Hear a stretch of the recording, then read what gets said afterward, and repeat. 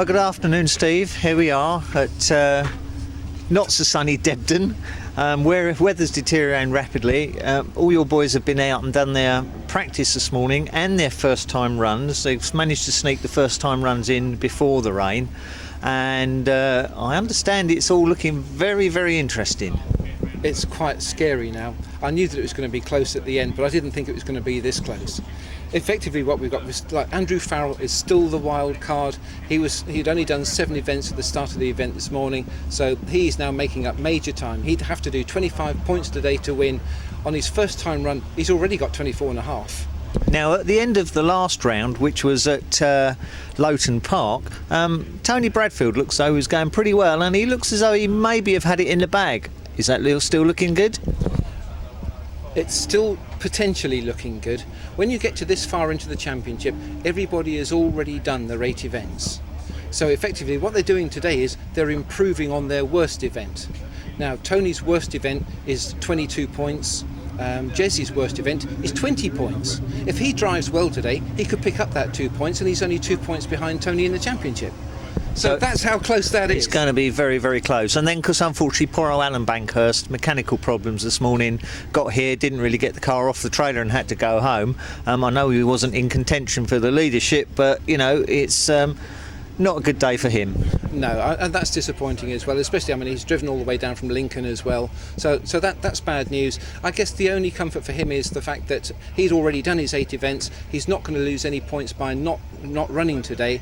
He may have improved slightly, but I've had a look at the points board, and I honestly don't think that he would have improved a place if he had run today.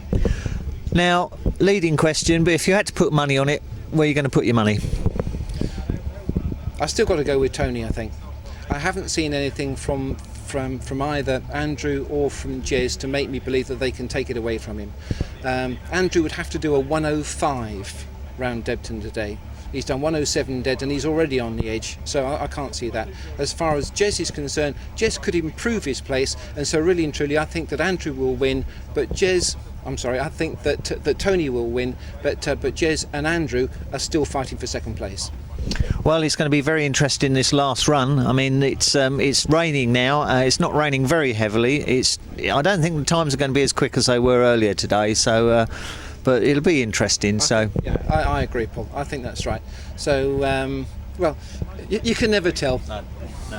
Okay, Steve, we'll catch up with you later when this is the deciding round, of course. After today, it's all over, really. It's not over till it's the fat lady does the business. So they say. Cheers, Paul. Thanks. See you later. Bye. Well, as the old boys said, the weather got worse and worse and the rain came down with a vengeance. This is David Balderson's Tasman 350 just getting away. He's out in the rain now. Been up round the roundabout, back down over the far side of the track, makes the fast sweepy left and down into the kart track. Dash to the finish. It's not a bad run for David. David came in 3rd on the day. Now this is Jeff Stallard. Jeff Stallard's S2 Vix has done lots of work on this car. Bought it as a wreck, has made a fantastic car out of it. Goes really well, runs B-list tyres.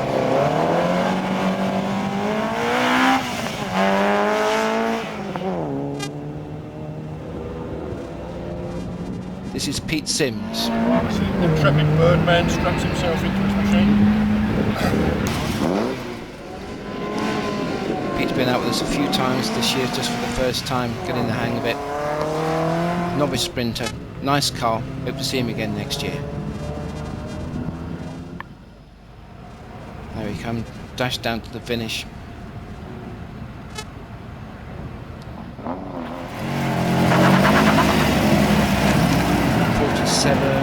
Is Hillary. There she get away now.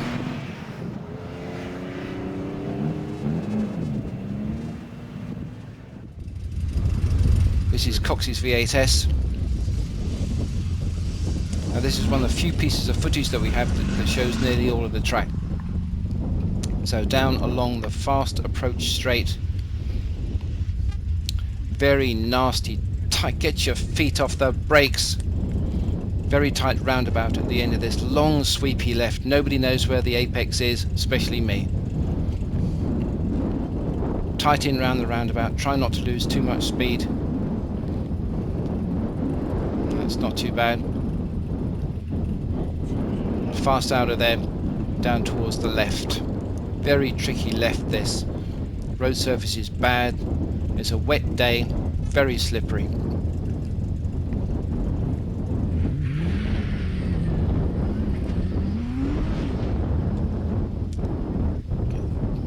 God, he brakes much too much. Right down the far end and make the very sharp right into the kart track.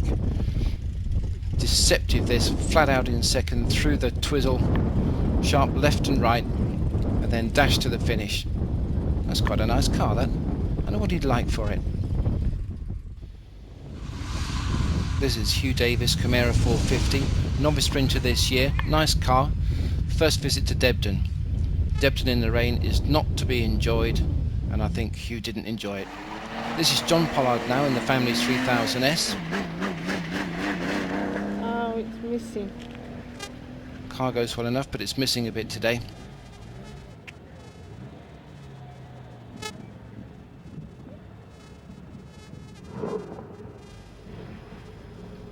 John coming into the roundabout now.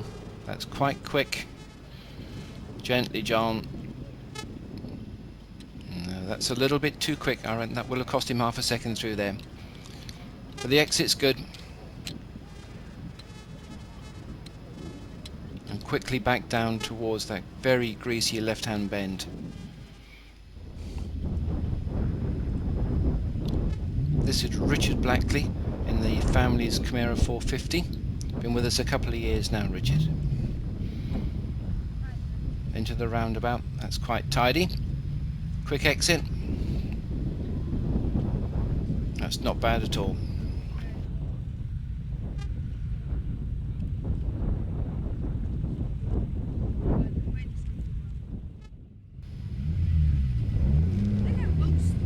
As Richie comes down to the finish to hand over to son Nick.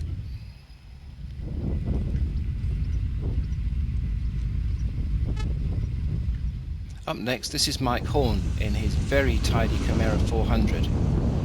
This is his first year in the championship, first visit to Debden. Don't envy him.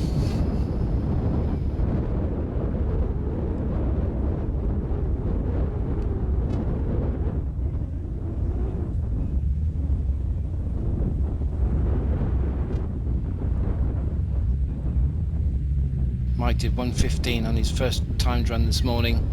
Slower this afternoon, and that's a little bit wide around the cones. Okay, having changed over now, this is Nick Blackley. Nick did very well this morning. He came in with a 71, good time, so he was about third quickest in the timed runs.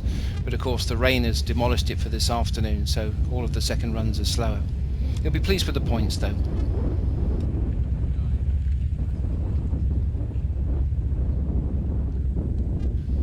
This is Nick's 5th outing for the year.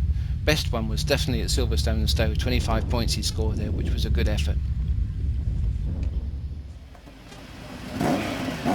This is Jez's last chance. He did a disappointing 1:15 this morning when he spun off, and if he doesn't make those 2 seconds up, it's over.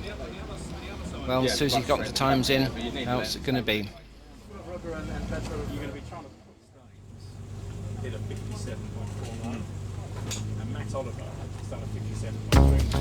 So at the end of the day, how did it all look? Andrew Farrell won with a very good 67, brought him in 24.74 points. Tony Bradfield was 72.52, but on handicap was only a second and 3/4 behind. Dave Balderson in that gold Tasman 350i did incredibly well with his algorithm, so gave him 22.92 points. David needs to get out more. He could be in the contenders all of the time. Firth unfortunately spun off on his first time, and then it rained in the afternoon, so no great advantage to him.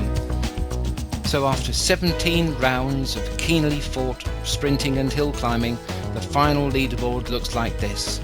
Tony Bradfield, the outright winner for 2004 with 190.89 points. Very closely behind Andrew Farrell in the Cerberus Speed 6, 189.21. And third, Firth in the 4.2 Cerberus with 187.30. It just couldn't have been any closer. Coxey came in fourth with 184.58, and John Leeson, Adrian Delgeby fought their way to the end, both coming in with 177. Alan Bankhurst won a place award for 173.81. John Pollard won the Hill Climber Award this year for scoring more points at hill climbing than anybody else. Well done, John. Steve Dennis won our Best Novice Award for 2004 in his beautiful 3000S. Jeff Stallard in the Red S2 did well, came in with 152.97, which is very good considering he only did 7 rounds. Hilary Pollard won Best Lady for the second year running in her 3000S, and Sarah Leeson won Best Lady Novice in the Chimera 4.3 that she shares with husband John. Final outing of the year is Staverton Park for our dinner, as Tony Bradfield collects his well-deserved trophy for outright winner for 2004. Runner-up, Andrew Farrell in the yellow Cerbera Speed 6 Card Does That Go. In third place, Jez Firth, the man living on the edge, did extremely well. Place awards go to Coxey,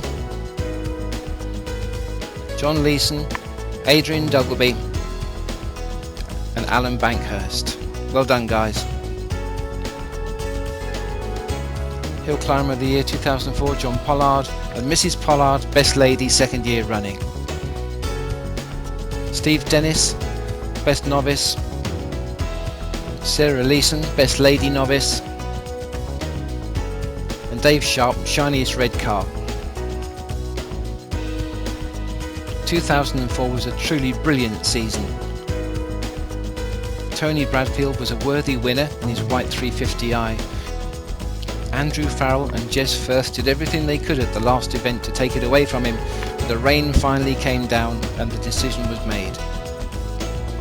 And finally, outright winner Tony Bradfield and pit crew Nicky admire each other's trophies at the end of a hard-fought season.